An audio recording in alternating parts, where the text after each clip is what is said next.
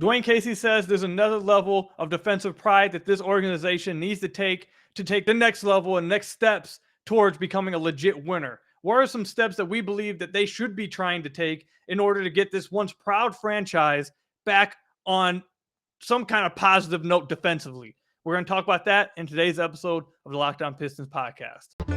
You are Locked On Pistons, your daily Detroit Pistons podcast. Part of the Locked On Podcast Network, your team every day.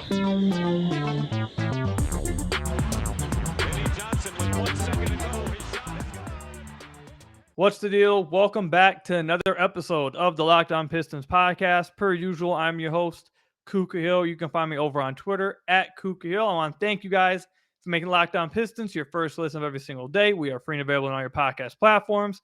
If you haven't already, head to the YouTube channel at Locked On Pistons, hit that subscribe button, or leave us a 5-star review on whatever podcast platform you are listening to this on. That's another great way to support the podcast. And this episode is brought to you by FanDuel Sportsbook, the official sportsbook of Locked On. Make every moment more. Visit FanDuel.com/LockedOn today to get started. So you guys remember last podcast, we maybe ranted a little bit, if you guys like to call that what that was, a little bit of a rant concerning Dwane Casey, this roster, and their effort defensively. And that's something that we've talked about pretty much, I feel like, almost every episode with this team. But we really went at it, not just defensively, but just overall as a roster. But we did talk about the defense quite a little bit on the last episode. But since that last episode, so in the last 24 hours, Dwane Casey, there was a quote put out. It was in the article from Omari Sankofa of the Detroit Free Press. At the end of his article, he dropped today, as I'm recording this, the 24th. Dwane Casey has a quote in here, and he says, end quote, "There's another level of defensive pride that we have to have as an organization." So I thought that would be a perfect thing to talk about on the podcast to open up. What steps do they need to actually make to get to that next level? Because it's cool to talk about it. But what actually needs to happen if they are serious about wanting to take that next level soon? And to talk about this with me, I brought on friend of the podcast.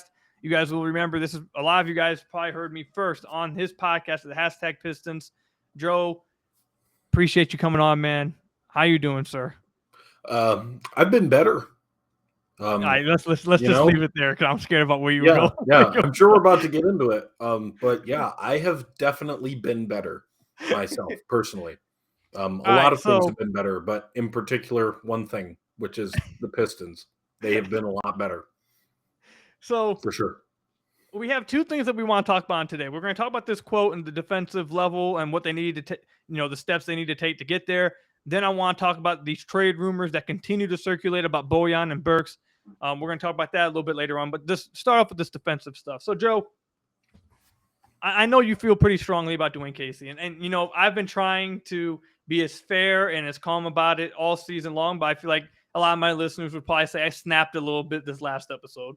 So I don't want to focus. I don't want to make it just a Dwane Casey segment, but my question to you is, what steps outside, because we'll talk about Dwane Casey a little bit, but just what steps outside, obviously, Dwane Casey, do the Pistons need to make, or realistic steps they can make to try to take another step towards getting that defensive level as an organization? Because obviously, we have criticisms for Dwane Casey, but I think even me and you both would agree that even if you got the best coach possible, there was only such how much better you can get this core of players to play defensively.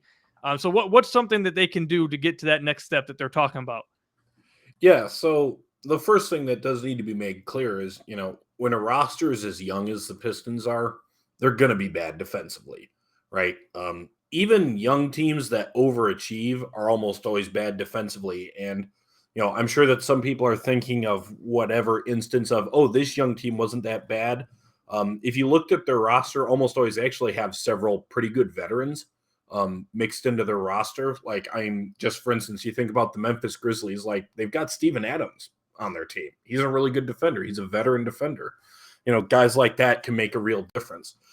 So what could be done with the team right now is, there's not a lot, just because there's not so many changes they could make at this moment. You don't want to trade for someone who's going to try and make the defense way better, like give up assets for that for this season. because the reality is this is a lost season already, right? Like there's no salvaging this. At this point, there's not much point in doing anything other than completely bottoming out unless someone improves on the team. I'm still not going to complain if things were to improve and the Pistons actually showed some promise and won some games. I wouldn't be upset by that. A lot of people would be if it lessened their lottery odds, but I actually wouldn't be that upset about that. But it's like just one thing, for instance, is, and this is one of the things that's been most bizarre about this season, is the Nerlens Noel situation, where he's supposedly healthy. And, the easy answer is, oh, they just want to play the young guys. But like, even when Isaiah Stewart has been out, like they have not played him unless they absolutely have to. And, Nerlens Noel is not exactly Ben Wallace, but he's one of those guys who could be a good veteran defender who would be a positive influence on the team. So like you could start playing him more. And I know that the quote Dwane Casey has given has been that, he'll play when he trusts him, or Dwane Casey hasn't given that quote. I think a couple of beat writers have brought that up, that Noel will play when Dwane Casey feels like he can trust him. But I'm not sure exactly what the deal is with that. But for whatever reason, they don't want to play him. And that would make a big difference, I think, actually, because, he's a veteran. He knows how to do stuff. And he's not as good as his numbers would suggest he is defensively, but he is a good defender. But in general, the easiest thing would be at this deadline, you don't want to go out of your way to trade for guys. But if they brought in, if in the trade, so let's just assume, which we'll talk about this later, just assume they trade a couple of the older guys and whatever. If they bring back in those trades, or they get open roster spots and then sign out of free agency, just whatever, a couple of 10-year vets who are not schmucks defensively, right? It's like you think about, other than Nerlens Noel, part of the Pistons' issue is not only that they're young, but most of the vets that they have are not good defenders, right? Bojan Bogdanovic can be a good defender when he really chooses to be, but for understandable reasons, he's not really trying on defense on this horrible team. What's his face? Alec Burks, he's never really been that good of a defender. You think about Corey Joseph, he's not a good defender anymore. So if you brought in just a couple of dudes who, just as salary filler, for instance, so if you traded Bojan, if you just get back his salary filler, someone who's just like a competent 10-year vet who knows how to play defense and isn't completely washed athletically, that type of thing makes a big difference. And, there's also, of course, the whole coaching situation, which is a real issue. Clearly Dwane Casey's not getting through to this team anymore. There's no way around that. I don't see how anyone could argue otherwise, which is the one thing Dwane Casey is supposed to actually be good at historically, right? And I suppose you could make an argument that almost reflects more poorly on the Pistons players than it does on Dwane Casey, because everywhere else he's been, and even on this Pistons team previously, as much as we, quite frankly, have despised him, me in particular, he does mostly do a good job of keeping everyone pulling the right direction, right? What we have started to see happen this season is not something that usually happens to a Dwane Casey team. And I think it's easy to just say that eventually teams tune out a coach. When you disappoint for a certain amount of time, whether it's just being awful like the Pistons are, but like if you think about like in Sadiq Bey's rookie season, they didn't disappoint necessarily. Everyone knew that they were going to suck. Everyone was fully behind it. And they were kind of competitive occasionally, and there was some good stuff. So people listened to him, right? But at this point, clearly, no one pays attention to what he says. No one cares what he says. No one is going to listen to him. No one is pulling the right direction. I know you've brought this up a little bit on the pod, and you've also brought it up a lot in like our group chat stuff, but like the vibes with the players are objectively not good right now. Visible on TV, getting frustrated. The body language is not great, which I don't like to play body language doctor, but it's definitely not good. And yeah, I think that some sort of a change with the coach would make a big difference too, because as much as you can say, oh, the players this, the players that, it's a young roster, it shouldn't be this bad. Just objectively. And I think there's definitely a lack of cohesion, and there's a lack of want to defensively from multiple guys on this roster. And that doesn't speak great to some of them on the roster. Like I think one of the main culprits I would point out would be Jaden Ivey. He's got the tools to be a good defender. And once again, obviously, we're not expecting him to be awesome. He's really young, but he has outright had multiple games where he's just not played hard enough defensively. And you can't have that. And you could say that that's Jaden Ivey's fault, but at the end of the day, it is also the coach's problem to get the most out of his players. So sorry, that was a long way. You can hop in. No, that's fine. So when we come back, I'll give my overall thoughts, but I want to cap off your thoughts with this before we get to this ad break. So in the 2019-2020 season, the Pistons had the 22nd ranked defense. In the 2020-2021 season, the Detroit Pistons had the 19th ranked defense. I think that's when people would say their rebuild started. That season right there is when most people would say it started. 2021, 2022, which was last year, they had the – sorry, I just lost it. Last year, they had the 24th ranked defense. And now this year, they have the 29th ranked defense in the entire NBA. And they're barely above the Spurs, who are last. And there's a 1.4 point. Yeah. No, there's a 1.4 point differential between the Pistons and the next team, which is the Rockets. There's a bigger differential between the Pistons and the Rockets than there is the Rockets and the 21st ranked team. So, or the 22nd ranked team. So like, it's tough. And then also if you go and look between, I mean, you could do this across the whole middle stack. In the middle of the NBA, it's really close. I don't think there's more than a 1.4 different defensive point differential from like 11 to 20. I don't think there's even that big of a difference. 11th is 112.6. 20th is a 113.8. That's 1.2 between 10 different teams. So the Pistons are pretty bad by a wide margin. Like, they're not just bad, but they're bad and then worse than everyone else by a very large margin of bad.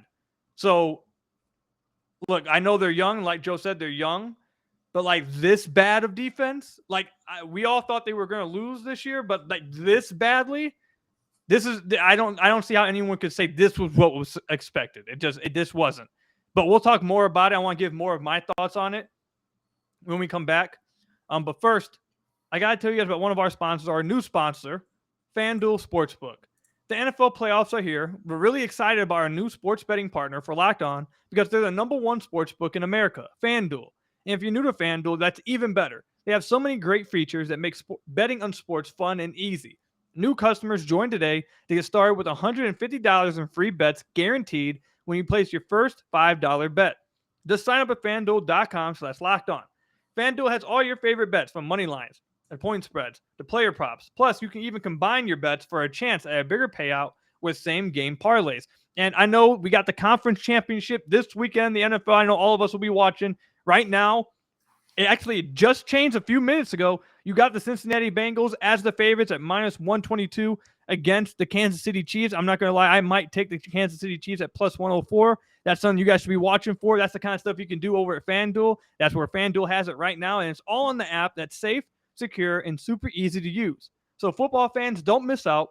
Place your first $5 bet to get $150 in free bets, win or lose, at FanDuel.com/lockedon. Make every moment more with FanDuel, the official sportsbook partner of the NFL. So I want to thank you guys again for making Locked On Pistons your first listen of every single day. We are free and available on all your podcast platforms. If you haven't already, head to the YouTube channel at Locked On Pistons, hit that subscribe button, or leave us a 5-star review on whatever podcast platform you are listening to this on. That's another great way to support the podcast. So Joe went on for a little bit there, and I just want to give my thoughts. I agree with everything Joe said. And like I said, I spent the last podcast really look, I've avoided going at Dwane Casey all year. I've tried to be as fair as possible. And you know, I've tried to not bring up the coaching staff a lot because this team is young. It's not a lot of talent on this team. They weren't expected to be good. So I do agree, there's only so much a coach can do. However, like I just pointed out, the Pistons defensive rating is 118.3. The 26th defense is 114.9. That's only 3 teams away. The Pistons are horrific defensively by a very wide margin of like the rest of the teams in the entire NBA. And I mentioned this on the last podcast. The Houston Rockets are looked at as a disgrace. Everyone's laughing at them. They talk about, oh, there's a mutiny going on. Get Silas out of there. Green doesn't try on defense. KBJ doesn't try on defense. Angoon trash. Like, they've been getting clips sent out there in the NBA community. Everyone's been making fun of them. But yet they have a better defense by the Pistons by 1.4 points.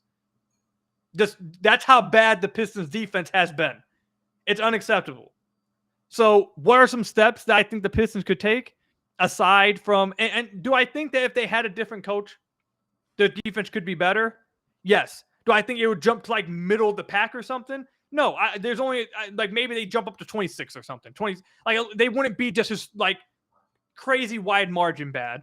I don't think they'd become great or anything, but I think they might become a little bit better. Yeah. But I'm not going to go that route. I think there's plenty of other things that you need to talk about on this team defensively that they need to take. One, I think they need to make a decision and stop playing both sides with this scenario right here. You can't say that you want another defensive level from your team. You want to be a defensive team and trot out the worst wing rotation defensively in the entire NBA. You can't do that. And you can't also say, well, we want Bojan a part of this team moving forward when Bojan's one of the worst wing defenders out there, along with Saddiq Bey. So either you can't have both of them out there on the starting lineup. It's just not, if you can't say both things and expect us to believe both. So either you're going to get rid of Bojan at the deadline, and then you're going to fill his position in the offseason with a defensive-minded wing or a two-way player at the very least, or you move on from, or Saddiq gets moved on from in the offseason. You keep Bojan, you start Bojan, and the person starting next to Bojan better be a damn defensive specialist. They better be a really damn good defender. And you better hope that Jalen Duren takes a big step defensively, protecting the rim and in the drop coverage.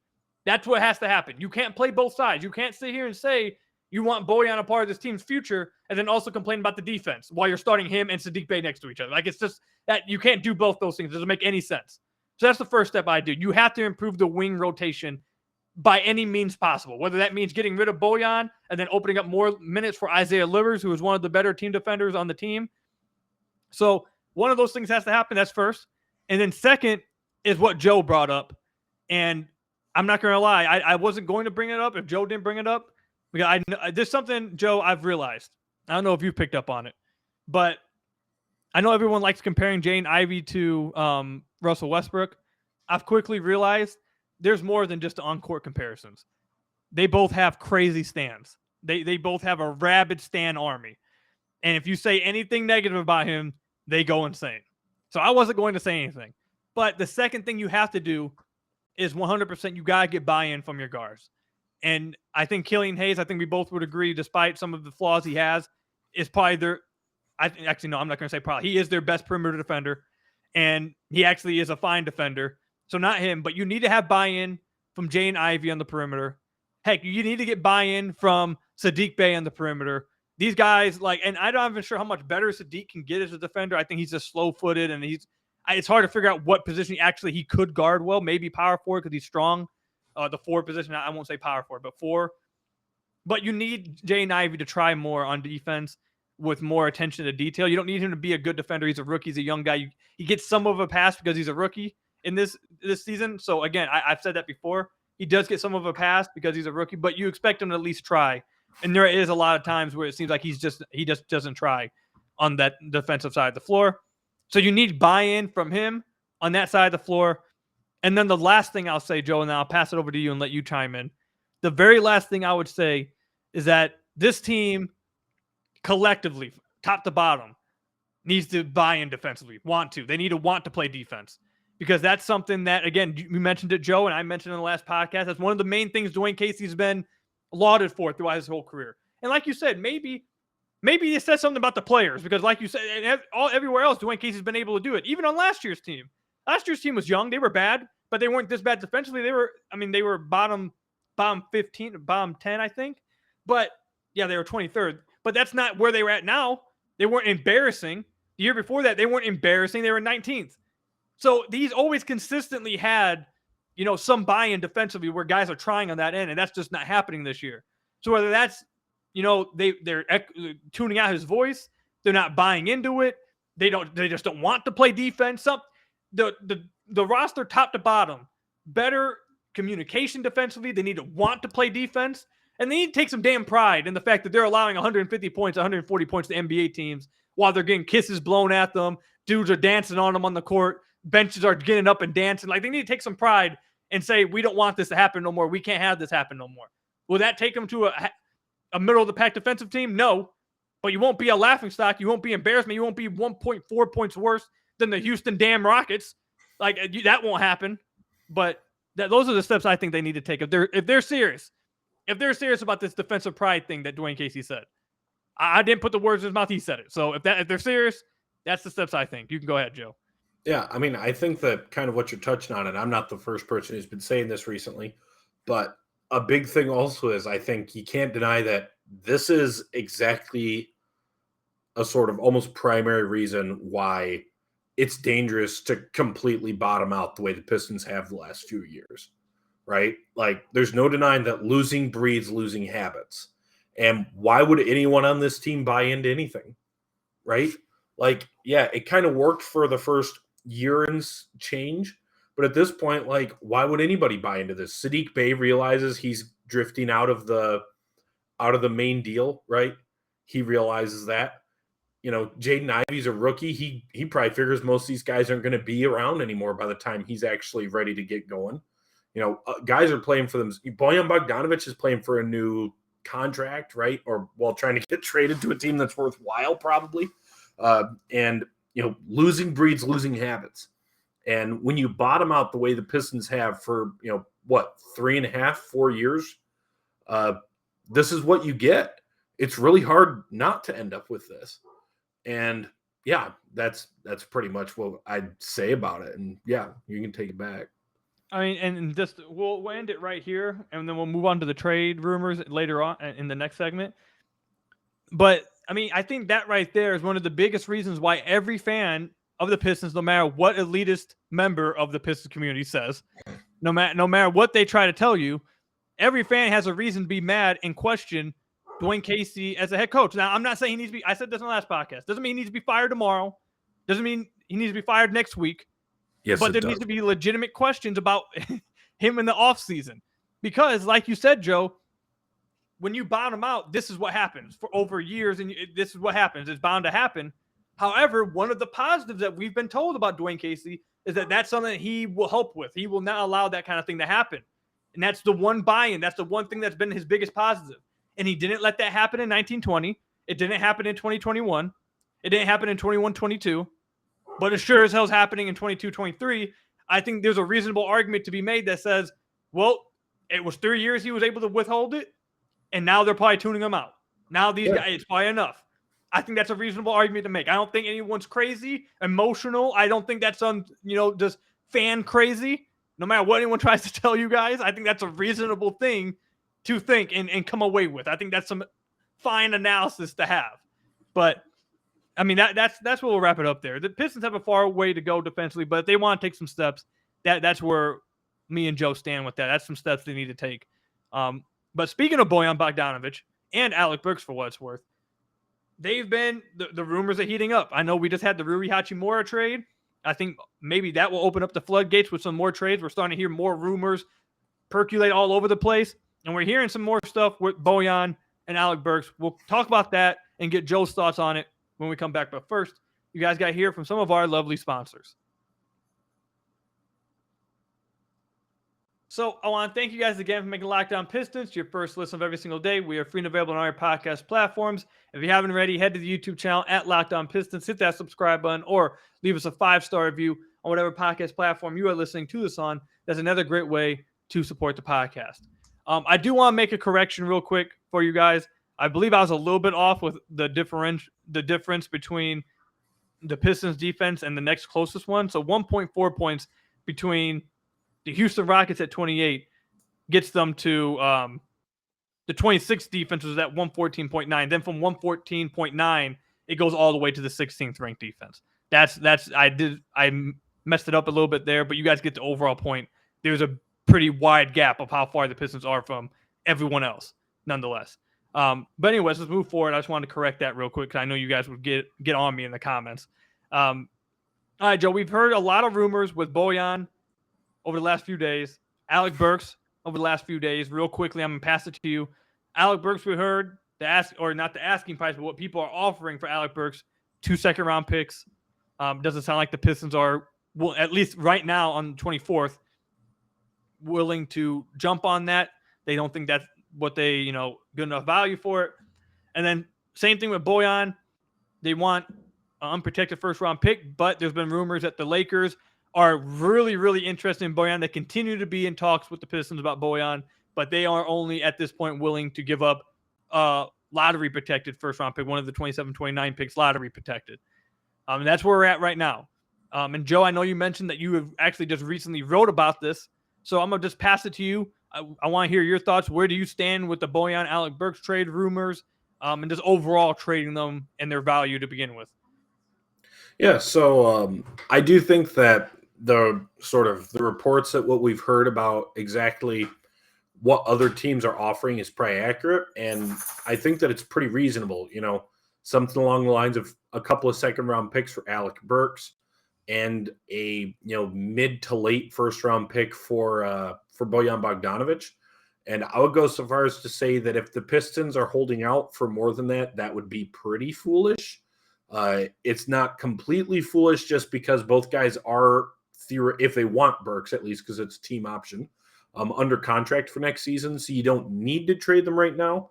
But once again, this year is a lost cause anyways. And like you mentioned, neither of these guys are really helping the things the Pistons need helped, right? The main issue right now is no one is playing defense on this team, and neither of those guys play defense anyways. So I would be completely behind trading both of them. And another thing I think that's worth mentioning is that realistically, you're not going to trade Cade. You're not going to trade Jaden Ivey. And you almost certainly are not going to trade Jalen Duren, although I think he's a peg beneath that. Anyone else should be fully on the table for the right deal. Not that you just want to, I'm a certified Saddiq Bey hater, and not that you want to just get rid of Saddiq Bey. And we love that Killian Hayes has sort of found his footing, but it's like no one on this team is playing well. As much as Killian Hayes is playing better, he's still not playing that well. You look at his numbers, even if you only include the stretch since he became a starter, and I do think the eye test is better than his stats are, but it's still like if you showed someone those stats, they'd be like, that guy's not an NBA starter. Saddiq Bey, and then of course on the flip side, Saddiq Bey's stats actually look quite a bit better than the eye test says for him. There's an awful lot of booty on this team, just to be blunt about it. And none of the young guys are playing to a point that you're that terrified of losing them. So I think everything should be on the table. And I think the last thing that I would say about it, just to keep us a little bit brief, is while I would expect the Pistons to end up just trading Bojan for whatever the best value is, trading Burks for whatever the best value is, somehow or another getting Nerlens Noel off the team, et cetera, I would not be shocked if they made almost a sort of win now move. Not like win now for this year, but I wouldn't be shocked. It's like a lot of people are saying, oh, John Collins, but I wouldn't be shocked if they made a move. If you think about it, in Stan Van Gundy in back-to-back trade deadlines, one deadline he traded Kyle Singler and DJ Augustine for Reggie Jackson, right? Two really solid veterans for a younger, less proven, but still not, Reggie Jackson, I think he was 25, 26 when the Pistons trade for him. Then the next deadline he traded for Tobias Harris, who's similar deal. He was already on a second contract. And he wasn't I would say both those guys were probably lower profile when they were traded for than John Collins is now, for instance. But, I wouldn't be shocked if they did something like that. And I wouldn't even be shocked if they traded for someone who was a genuine veteran, honestly. I'd be surprised. I don't think it's the most likely thing, but I do think that the front office recognizes that they can't suck next season. Right? I think everyone can kind of agree with that. They don't need to be contenders next year. They don't even necessarily need to make the playoffs next year. But they need to at least be mediocre. They need to at least win 33 games next season. They can't be this again next year. And I think the last thing that I would say on that, which you kind of touched on, is that fans being upset about this is perfectly reasonable. There's plenty of times and plenty of things that Pistons fans are unreasonable about, right? You talk about it sometimes, I talk about it plenty. This is year 3 of this regime, and really it's year 4 of the rebuild, right? Because they really started it the year before this Troy Weaver showed up. So next year, Cade Cunningham will be in year 3 next year, Jaden Ivey year 2, your first draft class are all in year 4, potentially, however many of them are still on the team, you can't suck next year.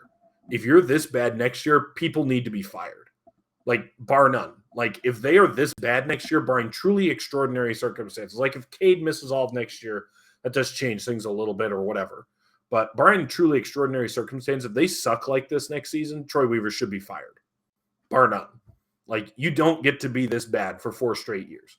It's that simple, especially when you are not explicitly, the way that the Sixers were, where they're like, we're going to be this bad for 6 years. And then they went off and were that bad for 6 years, and yeah, so fans are perfectly within their right to be upset about it and to say this can't keep going on.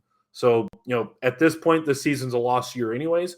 So bottom out the rest of the way. But just because of the fact that they know they can't suck next year, and this summer's free agent class is awful, like genuinely awful. Anyone who hasn't looked, go look at the free agents that are available this summer. It's not pretty. And the possibilities for overpaying someone who's not that good are high.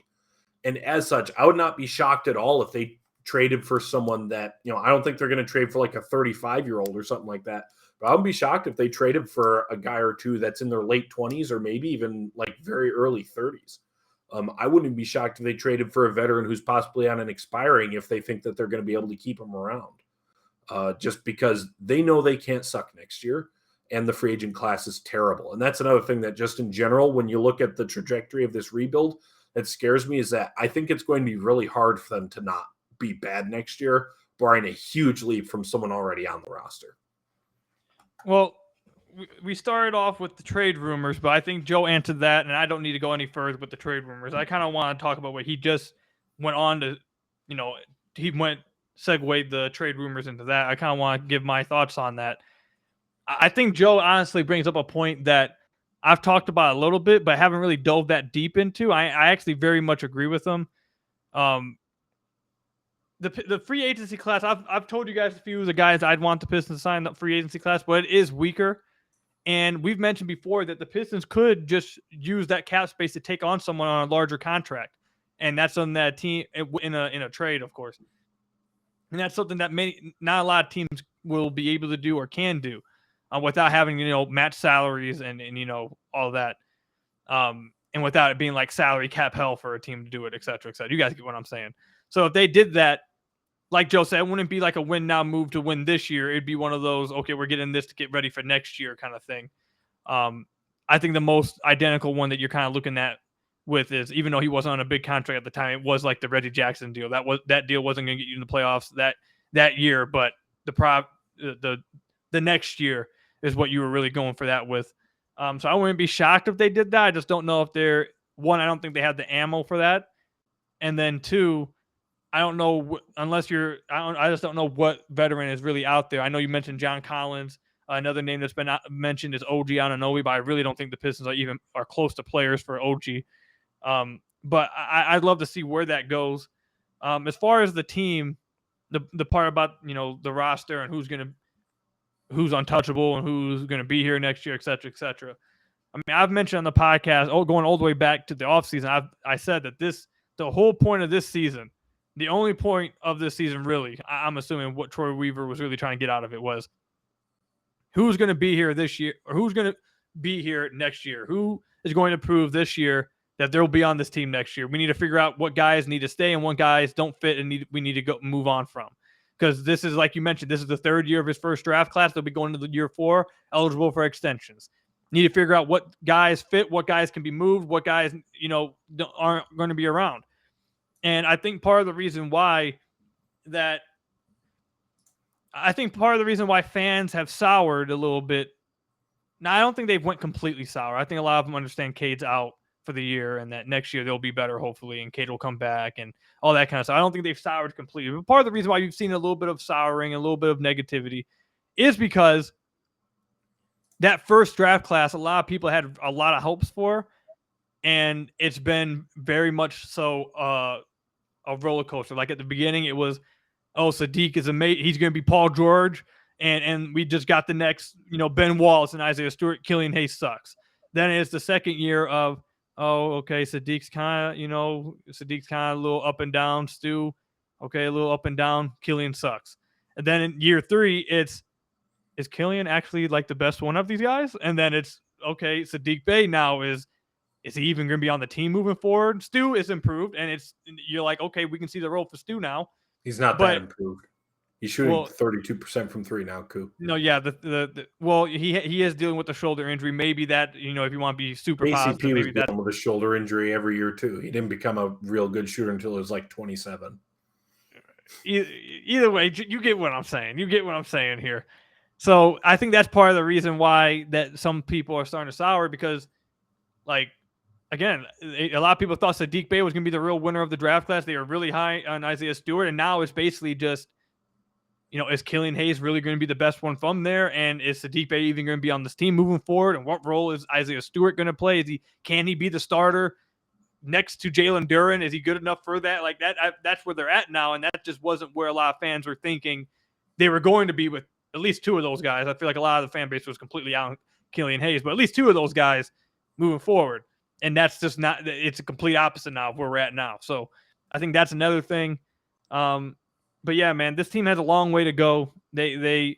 I'll continue to say this. The one thing that continues to keep hope alive for me and just keep me like somewhat sane is the fact that all the years that they've struggled in the past, they never had the face of the franchise. They never had that kind of prospect or anything, and they have that now. And when you have something like that, that will always that should always have a light at the end of the tunnel as long as you have that in the roster. And they have that in Cade. So I'm really interested to see what they look like when Cade gets back. But just for the rest of the issue, man, you just need to see improvement. You need to see some guys start to try on defense. It has to happen. And I think at some point, like Joe mentioned, you need to start, enforcing some winning habits. The lack of want to defensively can't be allowed for the rest of the year. Like this, it just can't continue to happen. We went through all the terrible defensive performances in the last podcast, but it's just tough, man. You can't keep allowing that to happen, especially when your coach comes out and says you guys want to establish another defensive level to this organization that is, through its history, prided itself on defense. And that's just not where they're at right now. That's not what they're trying to do, at least the players right now. And they need to get to that point. They don't need to be great, but at least need to be trying. And I think it's very legitimate for people to question whether they've actually been trying all that much on that end.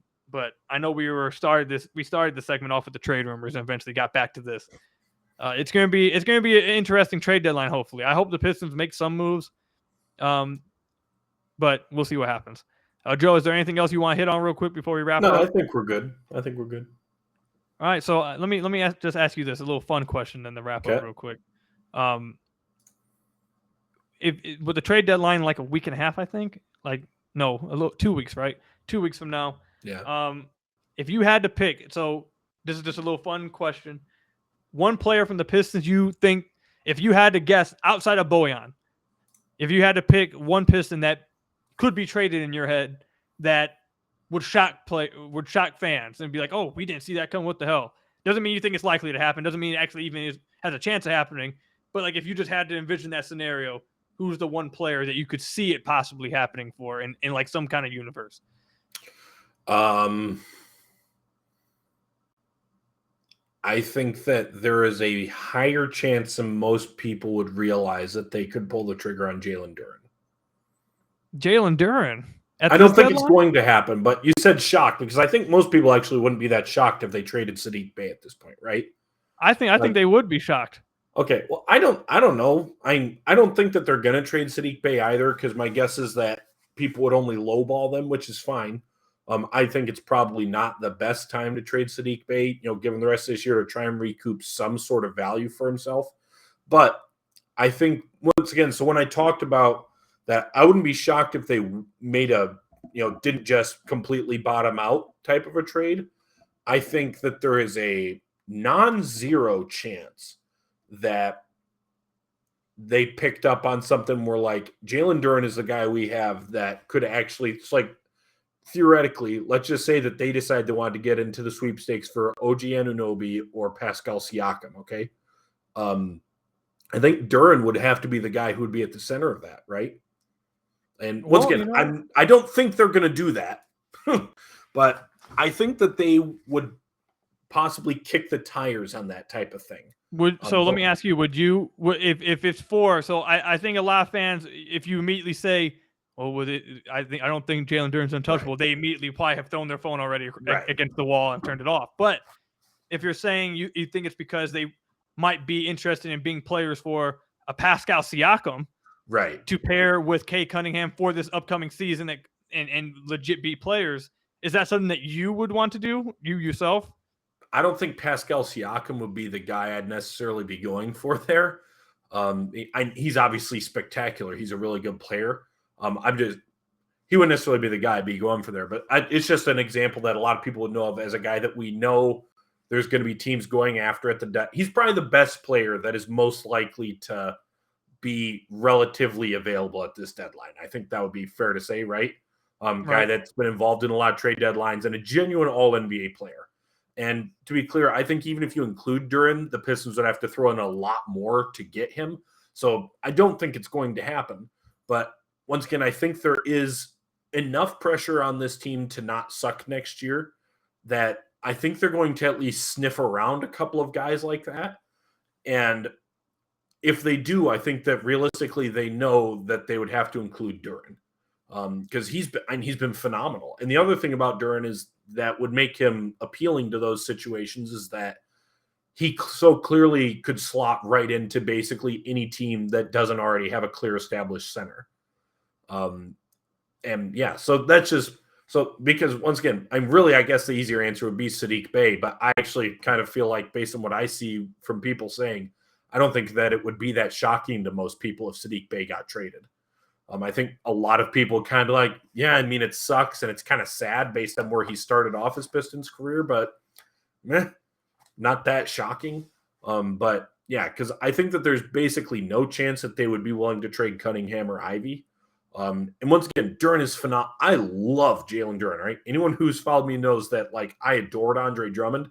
Jalen Duren is basically Andre Drummond, right? The similarities between him and 19-year-old Drummond are very, very close. I love that type of player. I love having him. I hope he's here for a long time. I just think that there is a non-zero chance that he could end up suddenly being the centerpiece of a really huge trade. So that would be the one that I would throw out there that most people would probably not view that as a possibility. I think that it could be. Well, I'll end it here with, I don't think they do anything like that at the deadline, but I've said before multiple times that I think this team makes a big move in the offseason to try to compete, and I don't think anyone's untouchable out of Cade, and the only way you get those type of players is by giving up stuff that people like. You're not going to get rid of that by giving up your own trash. Like, you have to give up something that people like. So I've said it before, whether it's Ivy or Duren, I'm willing to give up any. If you're getting back an all-NBA player and like that kind of player, and like that's what Pascal was. Pascal has been an all-NBA player.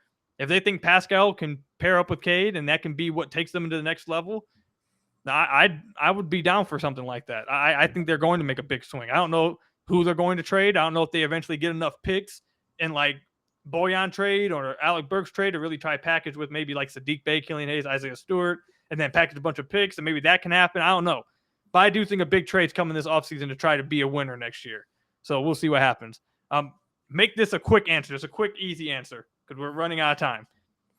One player across the NBA that's a good player, not like some trash bench warmer, but one good player across the NBA that you think is 100% going to be traded at the deadline. Quick answer. No, don't go long. Just a quick answer. Bojan Bogdanovic. I think he's definitely traded.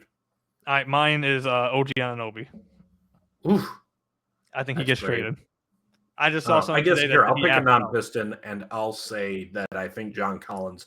I think this is the year. Enough is going wrong in Atlanta that they're going to feel like they have to do something. Fair enough. All right, so we'll wrap it up there. Thank you, Joe, for coming on, man. It's always fun recording with you, man. If for those of you guys out there, as I wrap up the podcast, Joe tweeted out a podcast from 5 years ago when I was on his podcast, the hashtag Pistons podcast, where basically I spent the entire podcast doing the exact same thing I did last podcast, and it's the exact same issues. It was funny. You guys should go check it out. Joe tweeted it out. I retweeted it. It was really funny. Go check it out.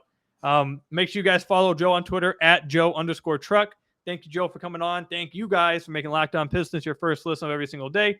Free and available on any podcast platforms. Hit that subscribe button at the YouTube channel. Leave a 5-star review on whatever podcast platform you're listening to this on. And until next time, I'll see you guys there. Stay safe.